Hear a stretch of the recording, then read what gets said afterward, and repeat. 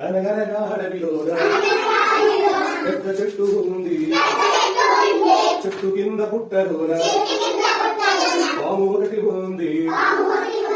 చెట్టు మీద గుట్టిలోన కాకి ఒకటి ఉంది, కాకి గుడ్లు పెట్టింది, పాము మింగి వేసింది, కాకి ఆలోచించింది, కాకి ఆలోచించింది, రాణి గొలుసు తెచ్చింది, రాణి గొలుసు తెచ్చింది, పుట్టలోన వేసింది, పుట్టలోన వేసింది,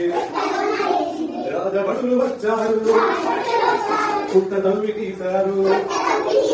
రాజభటులు వచ్చారు, పుట్ట తవ్వి తీశారు, పాము పారిపోయింది, కాకి సంతోషించింది, కాకి సంతోషించింది.